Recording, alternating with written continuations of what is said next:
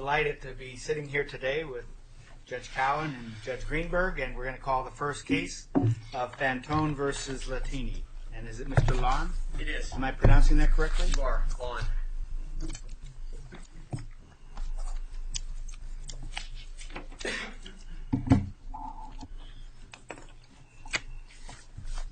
Please proceed.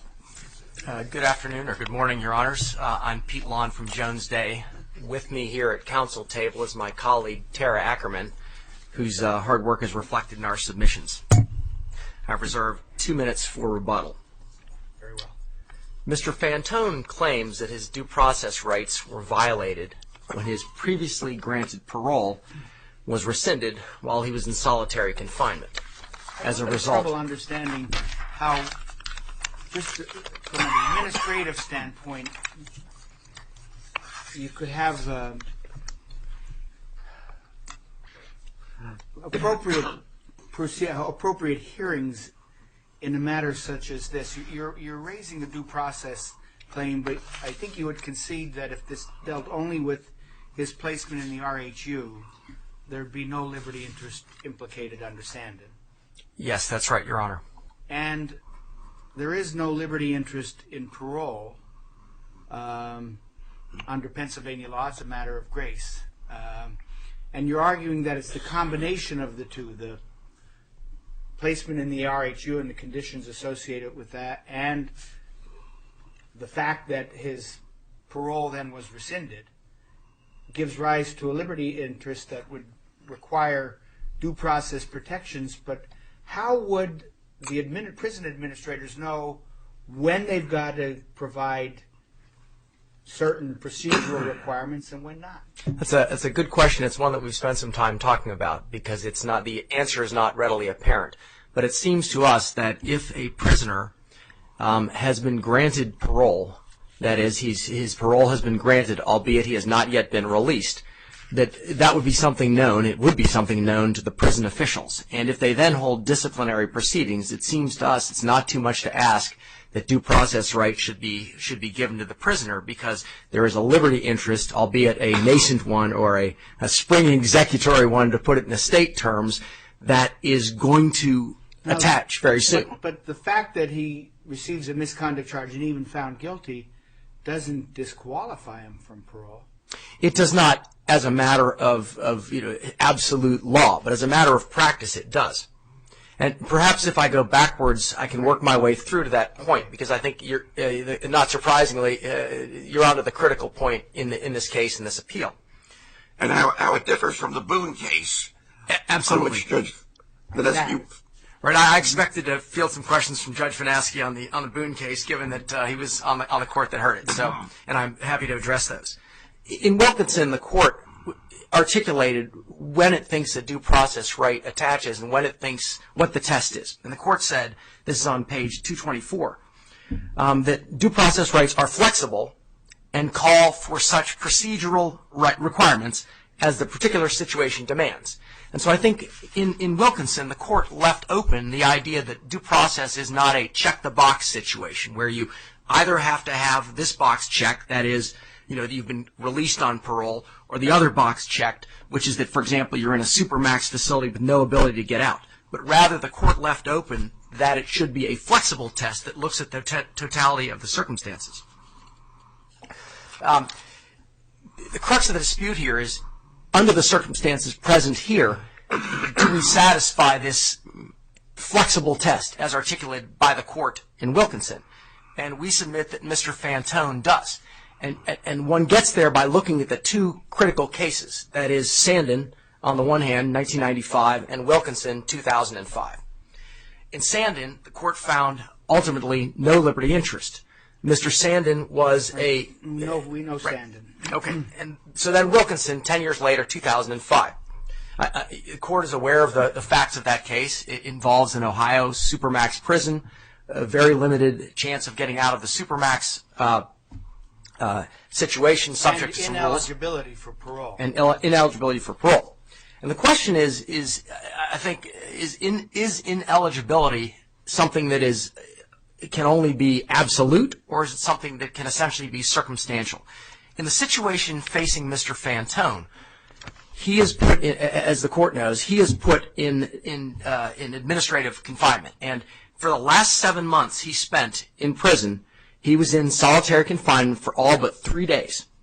And so he was first in the RHU on disciplinary and then held in there on administrative confinement. As the court knows, the disciplinary proceedings, which he claims were instituted to deprive him of due process rights, in fact were later dismissed. While, of course... Doesn't that show he got processed? I mean... It shows he got has an appeal process and he prevails. He got processed, but it was too late for what really mattered, which was his liberty interest. Well, isn't the gripe then with the parole board? That they didn't give him an opportunity to be heard? It could be, but I think the gripe is really with the process, because it's well known, and but he could have gone. You could have had all that process that, and I want to ask you what process that he should have received that he didn't receive. But all you're saying is he should have had a greater opportunity to be heard. A greater opportunity to be heard. He still could have been found guilty after that had his appeal process, and it wouldn't have made a difference. Well, effectively, he had no opportunity to be heard in front of the parole board because... well, that's why I'm saying, isn't your gripe with the parole board? I think our gripe is with the prison system process that led to the parole board, because under the way the parole board handles things, and I think the Commonwealth would concede this, that while an inmate is in administrative confinement or disciplinary confinement, he will not be allowed to appear before the parole board to contest or to argue in favor of parole. And so what happens? Isn't that typical, though? Apparently, it is. What relief are you seeking in this case? What do you want us to do? I think two things. First of all, we think that obviously from our briefs, that the case was improvidently dismissed by Judge Eddy. Okay, that's not relief. Now, what do you want us to do? I believe that he should be sent back to be given the opportunity to establish that he meets this flexible test that's articulated in Wilkinson. That is that he would. And then what? And then what? Does he get damages or what? That's what he's seeking. He's seeking damages. Whether he can recover them, of course, is a matter to be proven at trial. But effectively, he spent much longer in prison than he would have spent had his parole not been rescinded while he was in administrative confinement. Was he paroled finally? He ultimately served his entire sentence. Oh, he maxed out. He maxed out. He was just released a couple of months ago. So he was transferred. Ultimately, what happened, pretty much what the guards threatened him with is exactly what happened. He was put in solitary confinement. He spent the rest of his days, save 7 months in the hole in SCI Pittsburgh. And then at the end of that period, he was released from solitary and transferred to SCI Cole Township, where he served out his sentence. And so the exact two things the guard told him were going to happen, as he alleges in his retaliation claim, were exactly what happened. He served the rest of his time in the hole, and he then got transferred to Cole Township, 4 hours away from his family. Your retaliation claim is a little simpler in a way.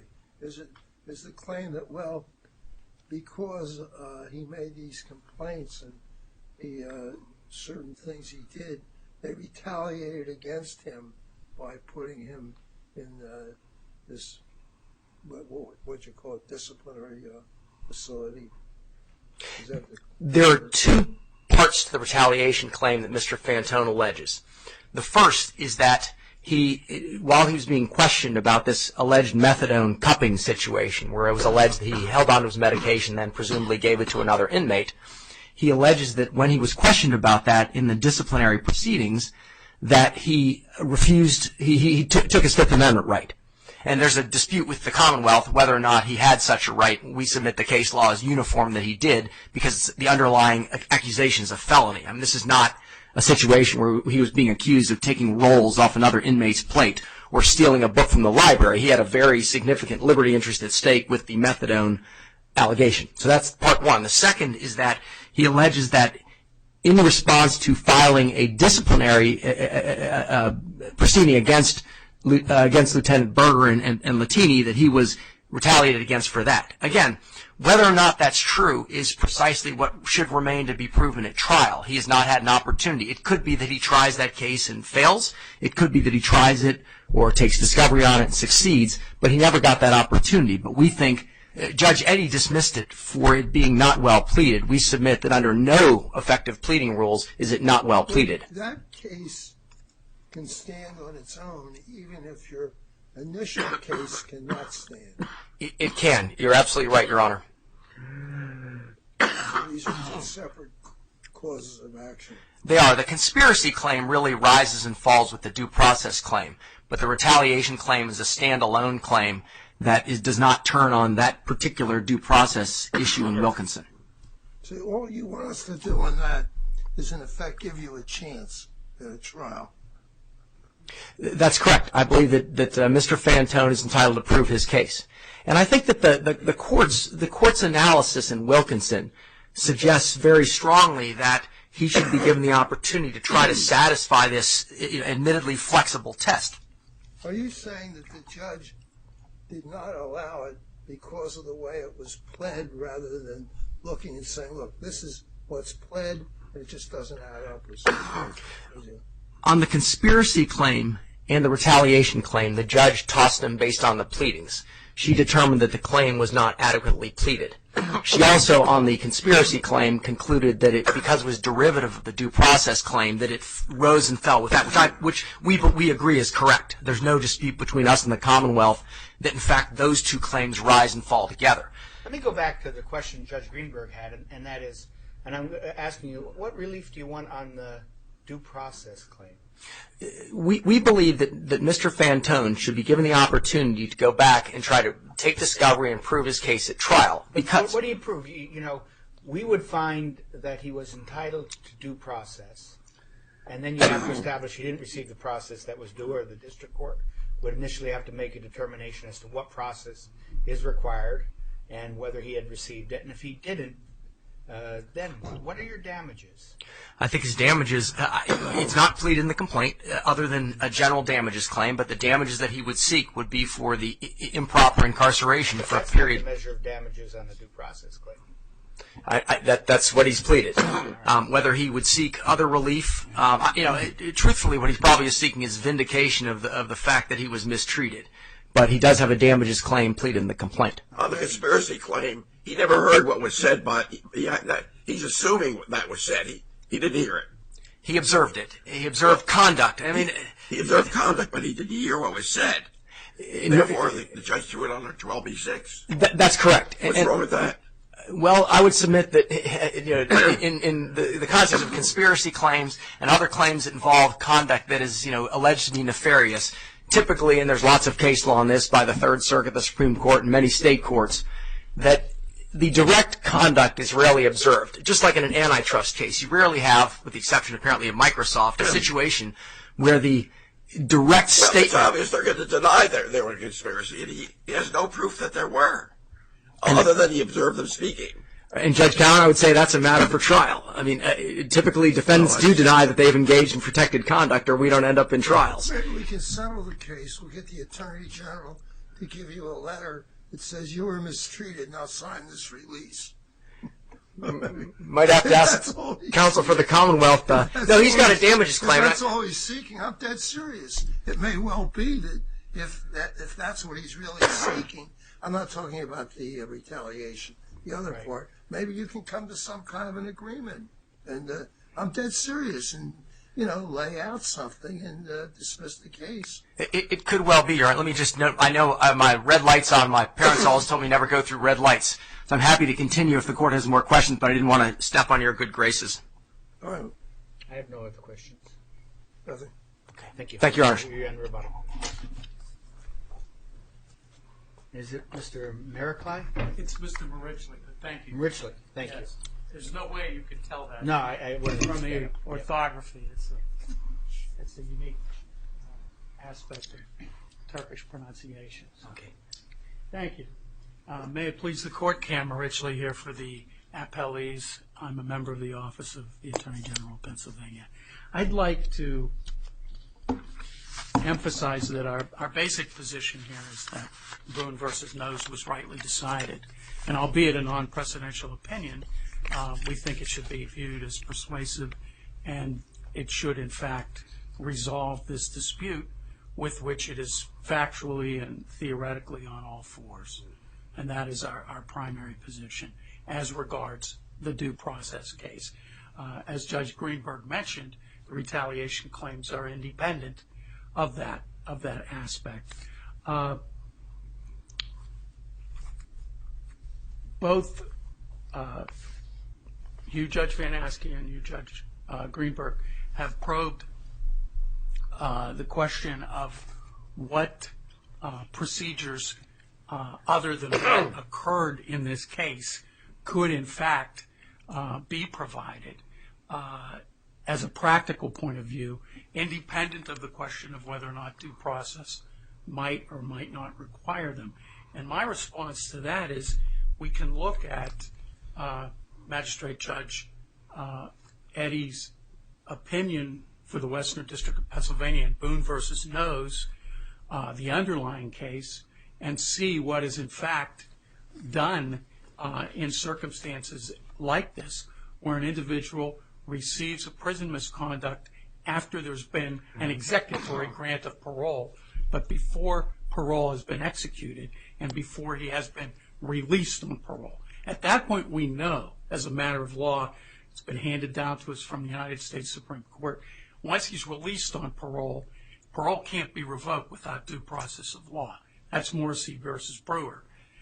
What state law says plainly, and what I suggest should equally apply in matters such as this, is that prior to that time, any expectation he has in a grant of parole may be rescinded without due process of law.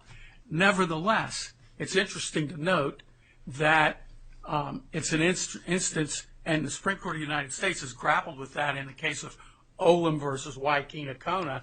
There are circumstances where due process of law is not required, but nevertheless, administrations and bureaucracies provide for hearings, notice, and opportunity to be heard because it's better for everyone. Well, why was he kept in the RHU after his commitment expired?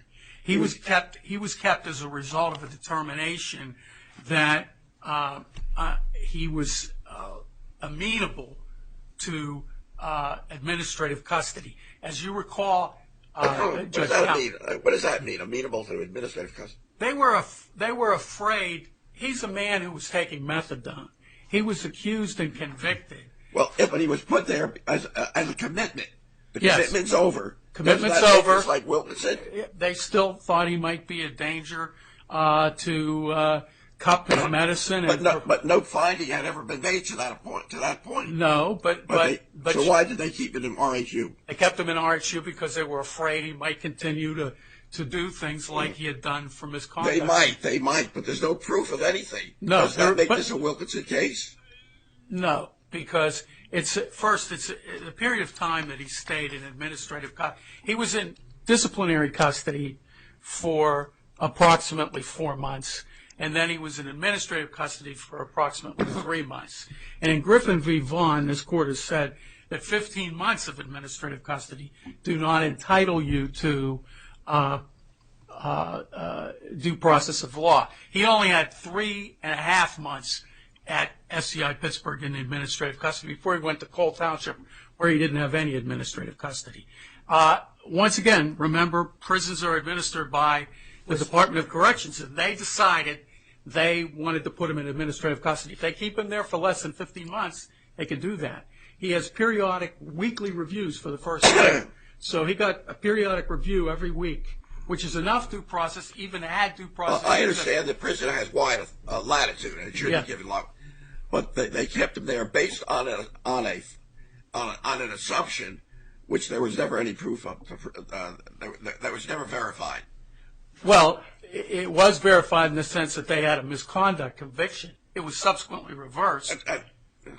It was subsequently reversed in administrative proceedings, and they also had another misconduct conviction, which indicated that he was spreading dissension and was being insolent, and that was also reversed on administrative procedures. But at that time, they were entitled to act on their first determination, which is you have a man who's in a sense dealing in drugs and spreading. They're entitled to act on their determination, which was never proved and was reversed on 2 occasions. they're entitled to act on that. That sounds like Wilkinson to me, doesn't it? No, Your Honor, because it's not a matter of circumstances of extreme isolation. It's not a matter of indefinite confinement. Well, RASU is not exactly the Plaza Hotel either. No, but on the other hand, one of the circuits, which I've cited for you in my brief, has made it clear that, in fact, only process that's due for administrative custody, which is a suspicion. Now, along the same lines in which men are held in Guantanamo Bay. It's the idea that this person might be a danger to the prison system because of their perceptions and their attitudes. The only process that's due under Helms v. Hewitt and under other cases like Griffin v. Vaughn, even if it's of such duration as to implicate due process, which it was not here, the only process that's due is a periodic review. He had those periodic reviews. What about the parole part of this? Was there any opportunity for him to say to the parole board, hey, these misconducts have been set aside? That's what I was driving at with Boone versus Nose, magistrate judge's opinion.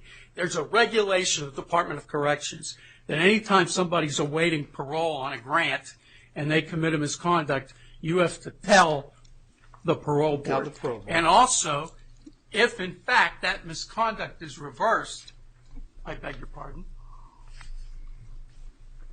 you have to tell the parole board. So that's what happened in Boone versus Nose.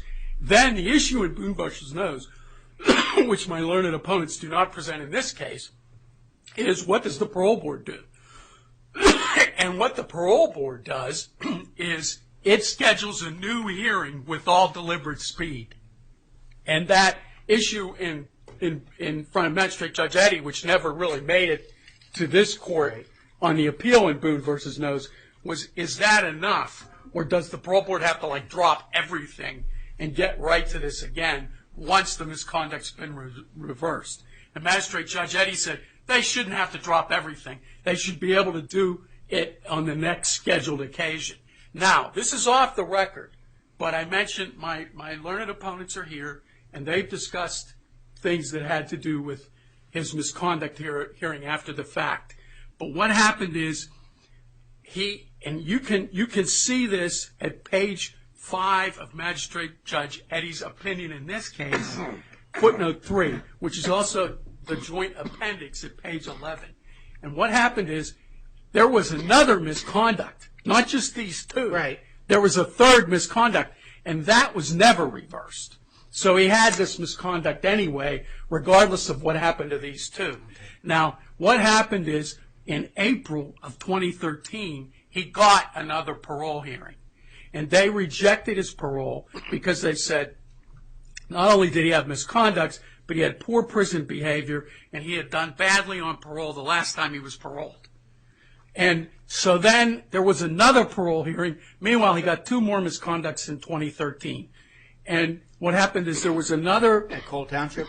Yes. And then there was another parole hearing on January the 7th, 2014.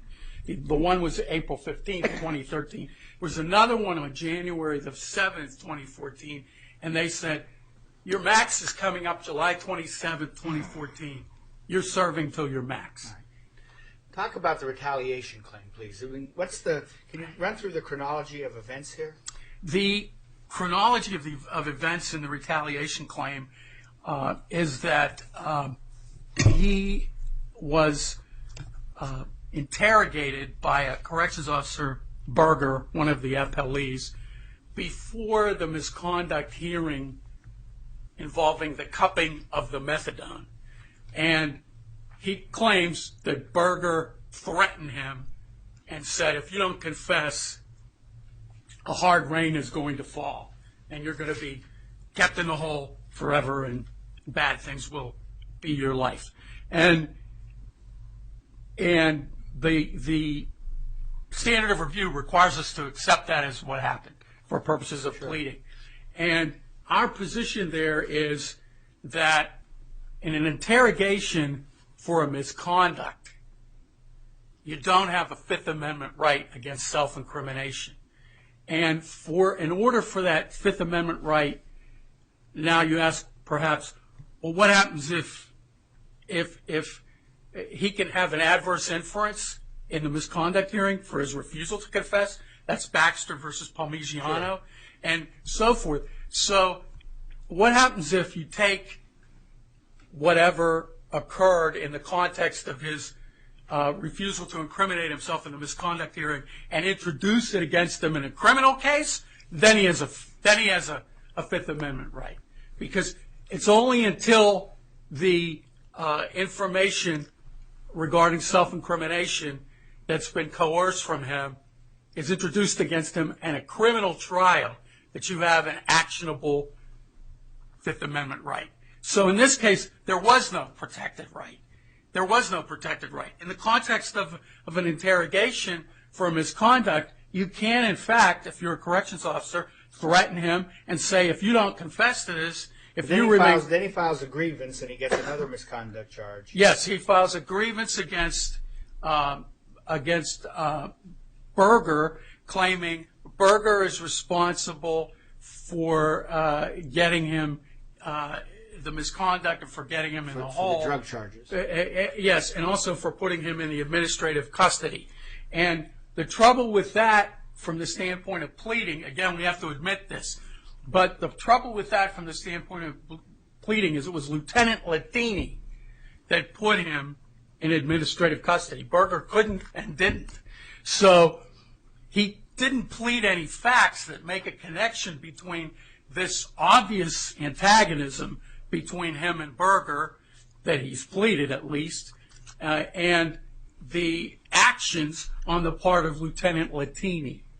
So, and that's really our only case for the dismissal of the retaliation at the pleading stage. You have to have a retaliation has to be done in return for in retaliation for a protected right. He didn't have a protected right. No matter how obnoxious it might seem to people from the standpoint of personal dealings or basic fairness or what have you, he doesn't have a Fifth Amendment right against self-incrimination when he's interrogated by a corrections officer about a misconduct. And he may be... But he has a protected right to file a grievance. He had a protected right to file a grievance, but he filed the grievance against Berger, and it was Latini who put him in the hole. So the only other point I'd like to make is, and I apologize for this, but in studying and preparing for the oral argument, I felt that there were two cases that I ought to have presented to you. One was Jago versus Van Kuren, which is a United States Supreme Court case at 454 U.S. 14. What's the name of the case again? Jago, J-A-G-O. J-A-G-O. Versus Van, V-A-N, Kuren, C-U-R-E-N, United States Supreme Court case at 454 U.S. 14, 1981 case. And that talks about the fact that an expectation that you were, in that case, Jago was awaiting a grant of parole, just like Mr. Fantone was in this case. He committed a misconduct, and without any due process or without any process at all, his parole was rescinded.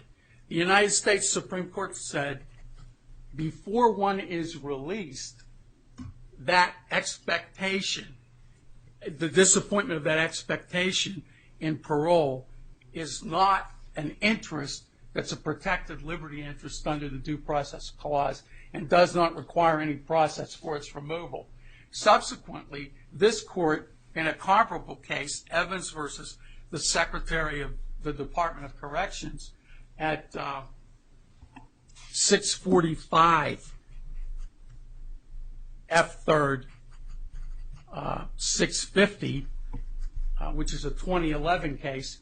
In that case, this court extended the rule in Jago to a situation where an individual's maximum sentence was calculated after 11 years. This man, this Evans, had been looking forward to being released on December 9th, shall we say, 2014, for 11 years. And then 3 or 4 months before that, they said, we made a mistake. you have another 4 years. You don't get out till 2018, December 9th, 2018. And he said, you had 11 years to fix that. Don't I get some sort of consideration? And they said, no, it's merely an expectancy. Let's go back to our case with Mr. Fantone. I think it makes it absolutely clear that anything having to do with his disappointed great expectations in a parole is simply not under our law. You didn't tell us what we held in evidence. You just told us the argument. What did we No, hold? you held that there was in fact a disappointed expectation in those circumstances. Well, that could be remedied. That it was not subject to remedy. He had no entitlement to release. He had no on the entitlement erroneous- to release. Because it was a mistake, he had to do so there was no argument, but that the reconfigured sentence was correct. That's correct, Judge Greenberg. That's correct. The fact that he had been told otherwise for 11 years was tough. Yes. So, I mean, there is a whole body of law on which we rely, which talks about the difference between things that are tough and things that might not seem fair in a way, and their lack of fit with protected liberty interests. We understand your argument. Thank you very much. Thank you. I appreciate your time and your forbearance in allowing me to remedy the defect in failing to cite those cases in my brief. Thank you. Mr. Lon? Thank you, Your Honors. Just a couple of quick points in response to the Commonwealth's arguments, and obviously anything the court would like me to address. Cole Township. What happened at Cole Township is irrelevant to this case. Most importantly, it wasn't before the district court. So all of this, all these things that happened later are irrelevant. There's nothing the district court could have or would have considered. Wilkinson. What does Wilkinson really focus on? On the one hand, it's the level of hardship a prisoner endures. And on the other hand, whether there's an effect on the sentence. Mr. Fantone suffered both indignities. He, on the level of hardship. The conditions of confinement in Supermax are much harsher than the RHU.